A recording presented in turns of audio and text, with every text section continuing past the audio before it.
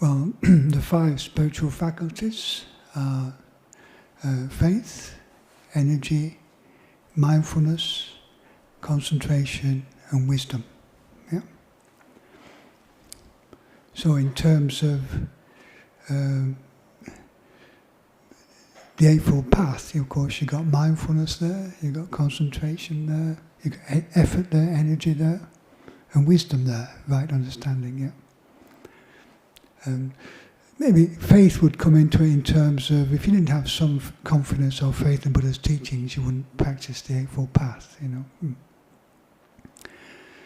And how these spiritual faculties help in practice, it's about creating a sense of balance in the mind.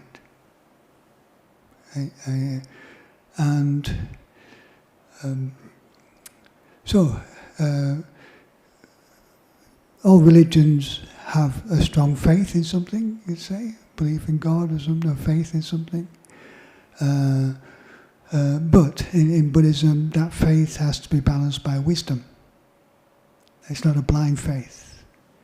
Yeah. In other words, if you're going to do some sort of spiritual practice, maybe to understand, why you're doing it, or how to do it.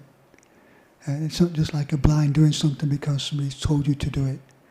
The Buddha said, look, if you think this is a good thing to practice, then do it. It must be, the importance of using wisdom with your faith.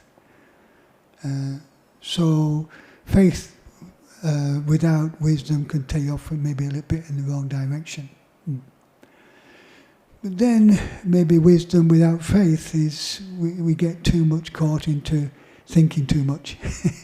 We don't trust enough in the teachings. We're always trying to figure it out. So our mind goes into a lot of doubt. Because we're always trying to work things out and figure this out, figure that out. Rather than just trusting in, just a simple thing like, mindfulness of breathing. A way just to come out of that tendency to try and figure everything out, just trusting, just calming the mind. And, from a sense of wisdom, you think there's a value in calming the mind through meditation, yeah? And so to put these in these things have to be balanced. And it's mindfulness now is the faculty that sees where the imbalance might be and tries to bring about the sense of balance, bring about a faith, the confidence that's balanced with wisdom. Yeah. Yeah. So, maybe in Asian countries, they're brought up as Buddhists to have a lot of faith. It's a lot of devotion, but they don't really contemplate the teachings. Yeah. And so there's limited results in that. It's a good thing, it has good results, having devotions and things. But it's more beneficial results will be if it's balanced with wisdom, realizing why you're doing these things and how they help and how they support the practice. And the importance of, meditation to really look into and understand the mind. Yeah. Rather than maybe just doing a certain devotional practice that just has a feel-good tone to it. To stop and actually look in the nature of the mind. Yeah.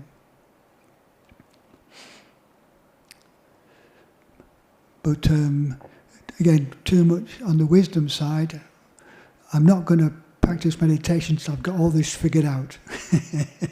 Of course you never practice, because you can never figure it all out on an intellectual level.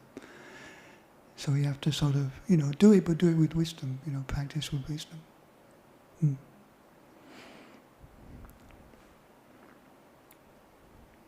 And the other two faculties are concentration and energy.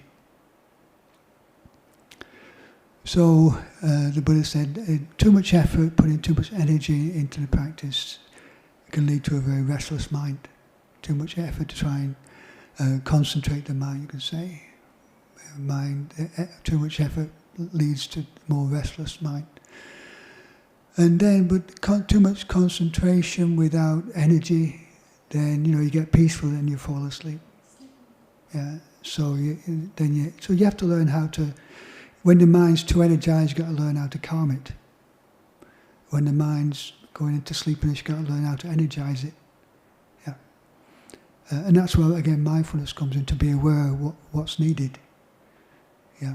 To find that balance between when there's the balance of concentration, energy, and then just a clear awareness in the present moment, then it's not going off, the mind's not going off anywhere, it's not going into any dullness. When you balance those things together, there's the quality of a clear concentration balanced with effort. And that's the quality of mind where insight can arise, because it's very much clear awareness in the present moment. Yeah. So that's how the spiritual faculties help in our Dhamma practice. Yeah. Because it's a thought that it actually doesn't quite help Yeah. increasing the faith and the confidence. Right. Well, maybe it's best just to hold in mind those teachings that help you in the present, and don't, just use the handful of leaves, as the Buddha said. Yeah. Do you know the analogy from the Buddha about the handful of leaves? He asked the monks, what is the most, the number of leaves in the forest or the number of leaves in my hand? And of course the monks said, the number of leaves in the forest is far more than the number of leaves in your hand. And the Buddha said, well, what I've come to know is as many as the leaves in the forest, but what you need to really practice is just the number as leaves in my hand.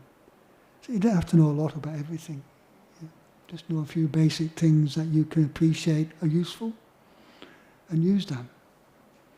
And of course you listen to things and you don't understand it, but don't worry about it. Just focus on the things that you know are helpful and use that in your practice.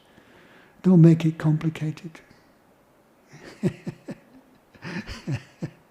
That's the thing about the thinking mind. It can overcomplicate things.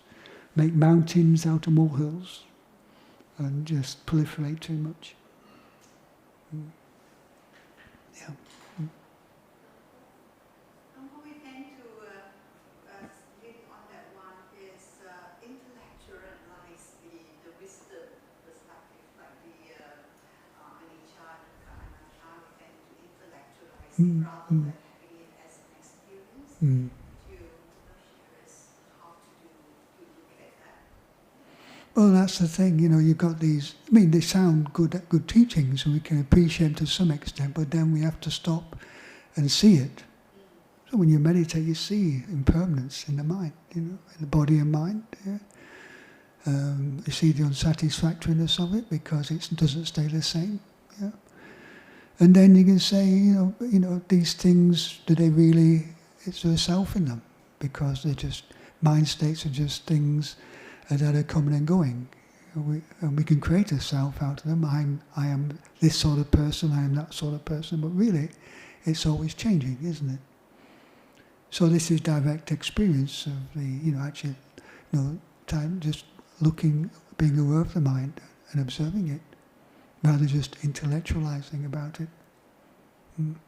The development of wisdom has three, but it said three aspects to it. I don't know. First is to sutta maya panya, to listen to them. Yeah, you need that. You need the guidelines. You can say you need the recipe. Chintamaya panya, to reflect on it. That it deepens it even more rather than just being able to reflect on it. But then bhavana panya is about doing the meditation and calming the mind. That's really cooking the cake, rather than reading and delighting the menus.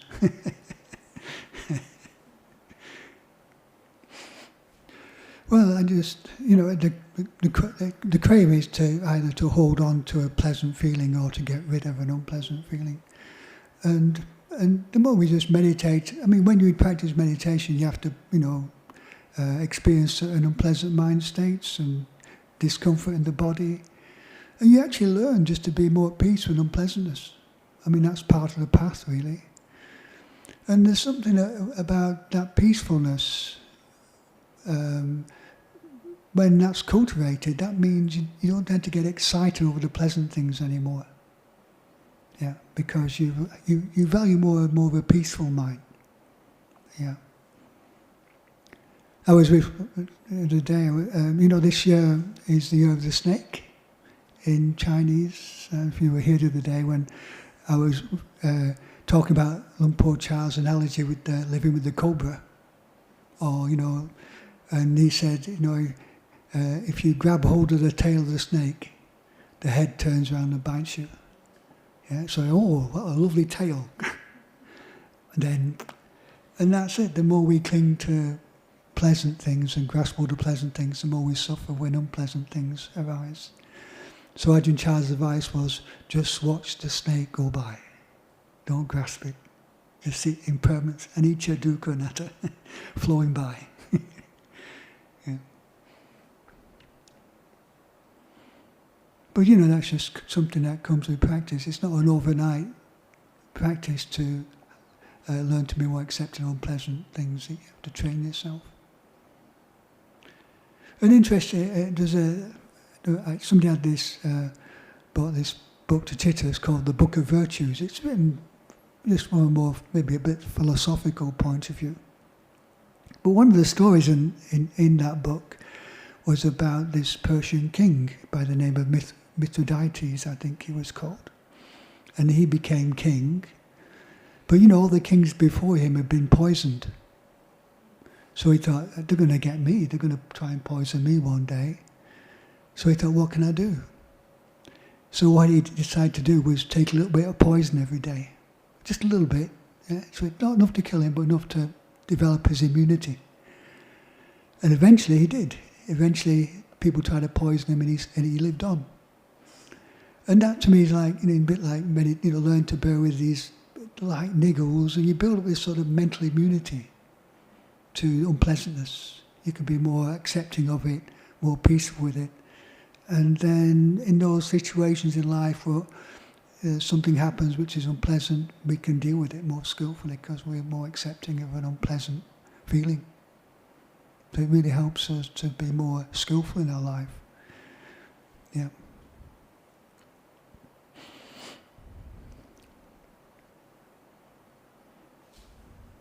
So I had to sit with a lot of pain and restlessness over the years, but yeah, I thought it was, I didn't, there's this expression, pain is gain, but I don't go for that. But just naturally, life presents unpleasant things now and again. But the willingness to sort of accept them and learn from them is what I've learned in monastic life. Before I was a monastic, I would tend to avoid certain things, unpleasant that I found unpleasant, but when it came to being a monk in a community, then you had to learn to face certain things. Yeah, sometimes to be with people you didn't get on with, who didn't like you. In lay life you just avoid them. But when you live with each other, you got to sort of work things out a bit more, learn to be with people sometimes who don't particularly like you. Something in your character they find irritating or something.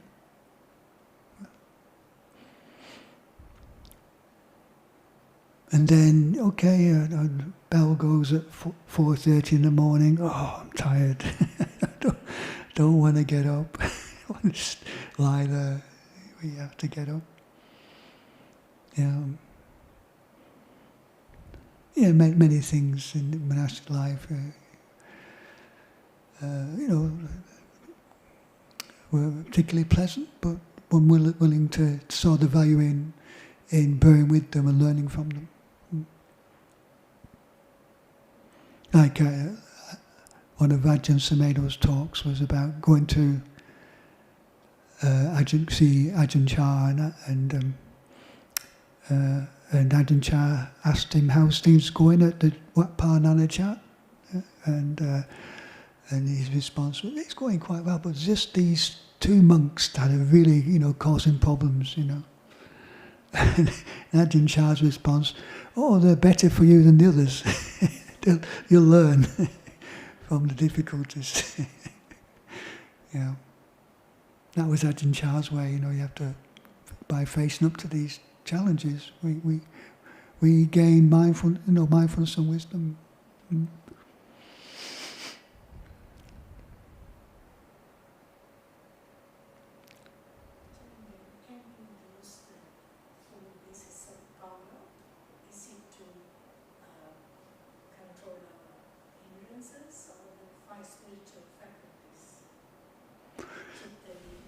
Yeah.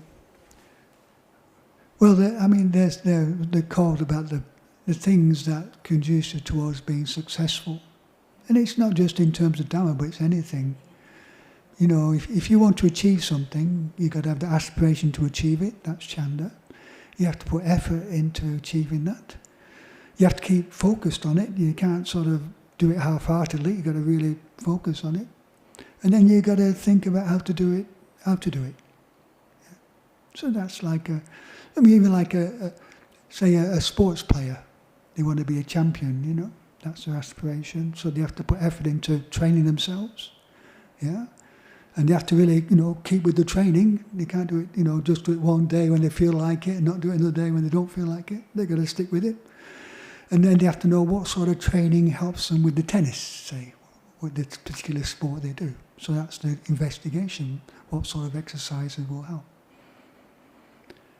So, meditation, you know, aspiration towards freeing the mind from greed and delusion. You realise you've got to put effort into, you know, training the mind. Yeah.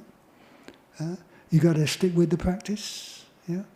And then you know, knowing what is needed, like we were talking before about in terms of, you know, if the mind's too dull, what to do. If the mind, you know, really it's about knowing how to deal with the different hindrances that we experience and the skillful means to deal with them. So that's using investigation. What helps with the dealing with the hindrances. Yeah. You know, in the Dhamma Sutta, basically it's teaching, Buddha was teaching the Four Noble Truths. At the end, how did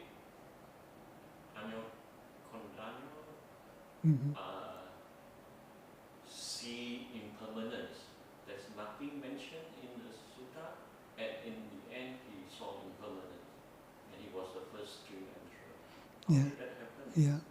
Well, he just, because the Buddha talked about craving, and I can only assume that what happened, the craving, he saw the craving and let go of it.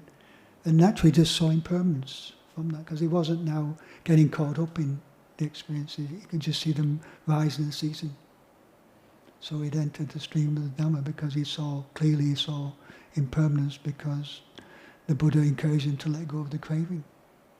Yeah. That's what I can only assume. Yeah. So it's like the sort of the natural wisdom that arises when certain things have been let go of. Yeah, the craving or hindrances in the mind and things. A natural wisdom. But sometimes, you just need somebody to point it out. So he was ripe, when Kandanya was ripe. He just had to hear it. It's like Venerable Sariputta as well. Just heard the teaching, and then they just had the spiritual accumulation to hear something, one teaching, and that was it. That was enough.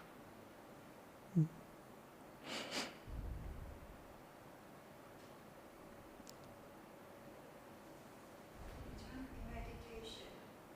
I tend to see more of the arising of the feelings or emotions or sensations rather than cessation. Is that normal? Yes, I think over time, and the more we develop the mindfulness and the wisdom, then maybe we'll see more cessation. Then we'll see something more cease and things. But initially, the habits that we have some momentum behind them, or some energy behind them, and so we have to let that sort of energy work itself out a bit. Yeah. So maybe see something arise, but the cessation is not so clear. But again, seeing how we do keep something going, in terms of with some of these hindrances, how certain ways of thinking keep them going. And the more we notice that, and then we start maybe thinking more wisely. reflecting more wisely, in ways that are not sort of feeding the hindrance, then we start to see the energy of it fade. It'd be like you would see a fire. If you weren't putting any more fuel on it, you'd be able to watch it go out. So that's what we begin to see. It's not sudden. So you're not sort of, you're not putting any fuel on the fire anymore. You're just observing it, and then you watch it go out. So that's why it's not a sudden thing, but it's a gradual. You notice the hindrance sort of fading out. I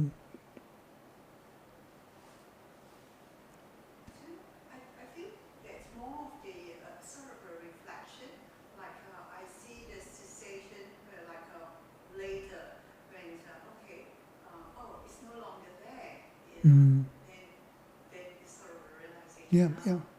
Rather than seeing it going less and less. It's Yeah. more of a arising, which is very obvious, and the cessation is like the ending, when you no longer pay attention to it, and later reflecting back. I think that's natural. That as we, I mean that's still good. That we're aware when it's there a bit more. And sometimes, sometimes when one practices, one actually doesn't realise till after, I got a bit caught up in that mind state. Yeah. But but the more we develop our awareness and mindfulness, then we're more aware of it when it's happening. And that's where we begin to see more the cessation of it, rather than just noticing, it's gone now. I think that's how mindfulness develops. First we notice after, then as we develop the practice, then we notice as it's happening. But I think, when it's really developed the practice, we notice it as it arises, but in such a way that it quickly ceases. Yeah. That's how it naturally must develop.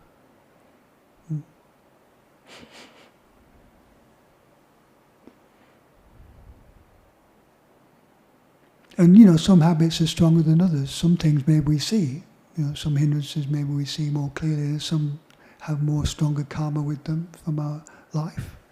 So some of these things take a bit more time to understand and learn how to let go of them. Well, I think as you practice more, you do get this sense of cessation. You realise that actually the pleasantness of when you let something cease, on a peaceful mind, and just naturally from that you won't get too caught up in the problems anymore. I mean, cessation for some people sounds like annihilation, but actually it's like peace, space, peace, emptiness, peace, peaceful, clear mind. Yeah.